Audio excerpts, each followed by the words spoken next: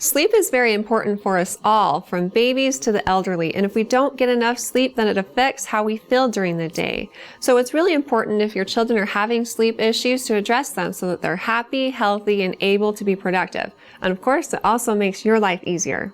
You wanted to know if toddlers can have insomnia, and that is possible, but it's pretty rare. It's very normal for toddlers to have sleep disturbances and not want to go to sleep and to wake up frequently at night and get up too early in the morning. But the most common cause is rooted in behavior and routine. So in most cases, these problems can be remedied through a consistent and persistent routine and also sleep training. Kids crave routine. If you haven't already, put your child to bed at the same time each night after doing a routine that tells them it's time for sleep.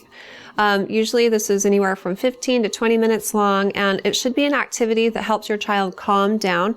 It should be good quality bonding time for the two of you. So get rid of all distractions, electronic devices, turn the TV off, get rid of tablets, cell phones, all of that. And hold your child, tell them stories, read them books, dim the lights, turn on calm music, whatever's good for you and them and helps them learn that it's time for sleep. Follow that routine around the same time each night, and then tuck them into bed, give them a kiss, tell them you love them, turn around and walk out of the room. And it'll probably also help if you shut the door, so there's a barrier between the two of you, and they learn that that's their space they need to stay in when they sleep.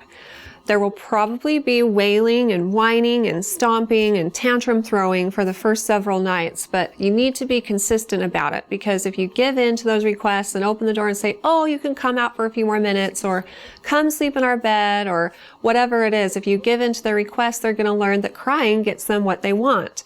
And what they need to learn to do is to self-soothe. Go to sleep without help from you.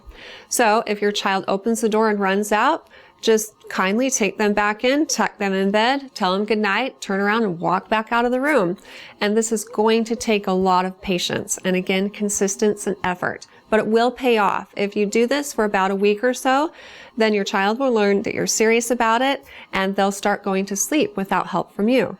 Also evaluate daytime naps. Sometimes the length of the nap or the time of the nap is interfering with nighttime sleep routines and makes it harder for a child to go to sleep, stay asleep, or they're waking up too early. So adjust this if you feel like that would make a difference.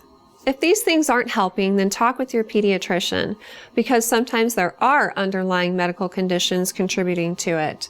Children can have anxiety and depression. They can have stressors that trigger sleep problems. Sometimes it's due to sleep apnea, night terrors, nightmares, or sleepwalking. All of these things can disturb sleep. So the pediatrician will ask you more specific questions and perform an exam on your child, then determine if further investigation or treatment is necessary.